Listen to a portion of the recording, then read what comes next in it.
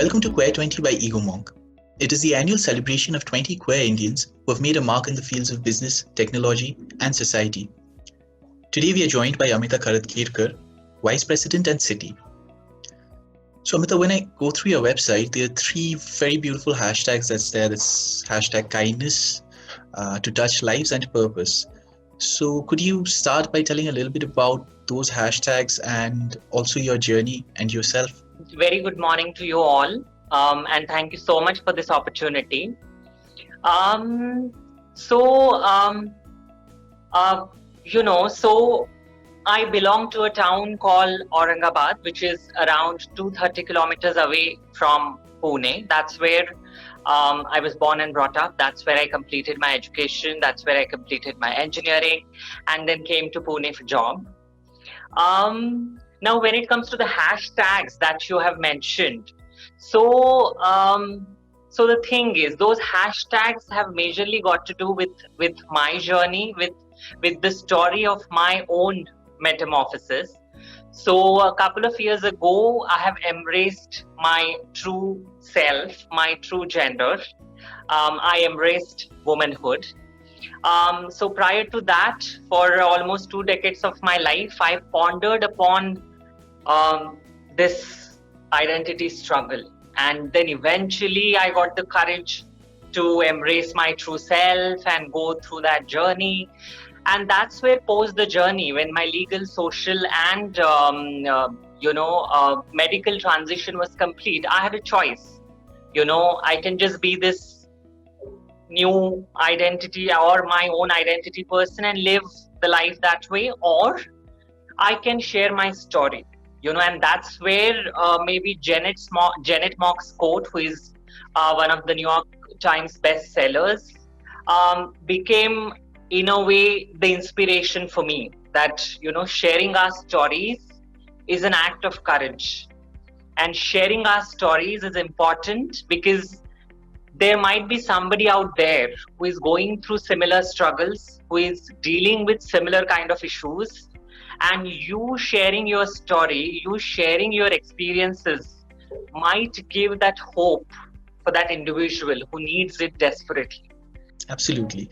So do you think there are enough safe spaces and a proper support system in corporate India today? So see, again, I would definitely say that lot of the MNCs, as we call them, big organizations, they have employee resource groups these days who are fully functional. And these employee resource groups are now actively working towards the entire definition of or the spectrum of diversity. So gone are the days when these employee resource groups, working for only, let's say, cishet women, or only working for specially abled colleagues.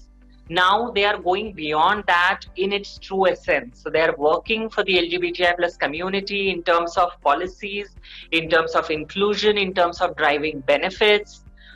But then what we see, or what I am talking about, are majorly about, let's say, these big brands.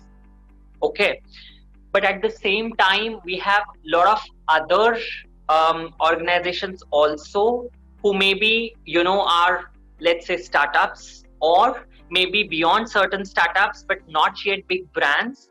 That is where I think it's the need of the hour that they also get on with the journey quickly, start understanding the importance of inclusion, its true essence, and start, if not possible, due to their logistical limitations, to create separate ARGs, but at least in their own capacity, start doing something for the marginalized communities, or, LGBTI plus community.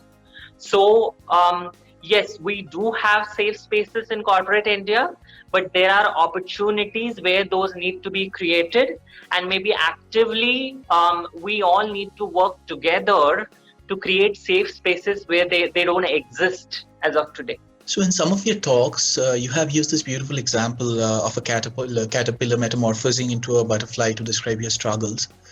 So could you talk about the example a little and the learnings that you've had from your struggles?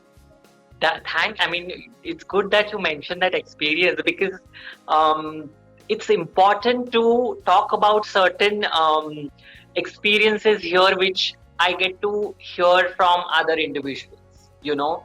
So for example, for a gay man, let's say, a gay man who is trying to help his parents understand about his orientation and all that, parents think that, you know, their son is going to ruin his life. So for him, what is the best choice? To get married to a girl, you know, produce babies, and sab theek ho jayega. So when you will get married to a girl, वो सब कुछ ठीक कर देगी, you know, everything will be like, you know, with a magic wand, everything is going to just turn around and change. सब कुछ ठीक हो जाएगा. So that is where, if you see, parents are also not wrong here. It's the love towards their own child. It's the care for their own child. That's where, and their ignorance, because of which they are, you know, in a way think that by doing this, they will help their child. Likewise, in that example, when the man was trying to help the butterfly, you know, he wasn't trying to be wrong in his own aspect. Just he wasn't really informed what actually metamorphosis is all about, what really happens. Similarly, in this sphere, because parents are ignorant, of course, we are not talking about those experiences wherein parents are really trying to be cruel and adopting to various measures. We are not getting into that space, but parents are trying to be really typical parents toward their child, but they don't understand that by doing this, they are chopping off the wings of their own child. You know, they are pushing their own child to do something which their child doesn't identify with. That's where the key learning here is, or the key message is, let your child explore. So what does womanhood mean to you? What is womanhood to me? So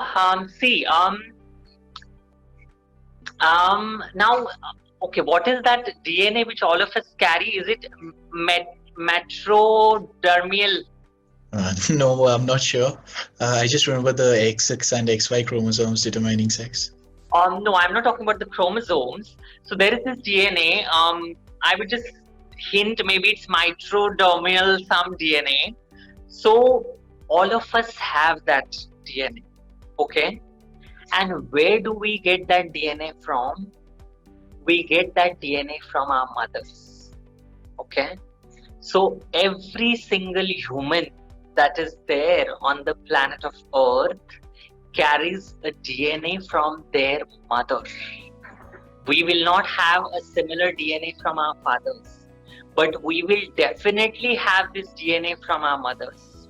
That means all of us carry a bit of womanhood in all of us. It just because of the gender policing, gender expression, gender identity, we have these, you know, varied or confused state of mind. Leaving that aside, but womanhood for me is that DNA which I'm carrying for my mother. So womanhood for me is that, you know, that bit from my mother, which is very much with me, which is going to be with me forever. Then that bit gives me, or you know, that DNA gives me compassion. That DNA gives me love. That DNA gives me this sense of empathy, courage, hope, you know, leadership.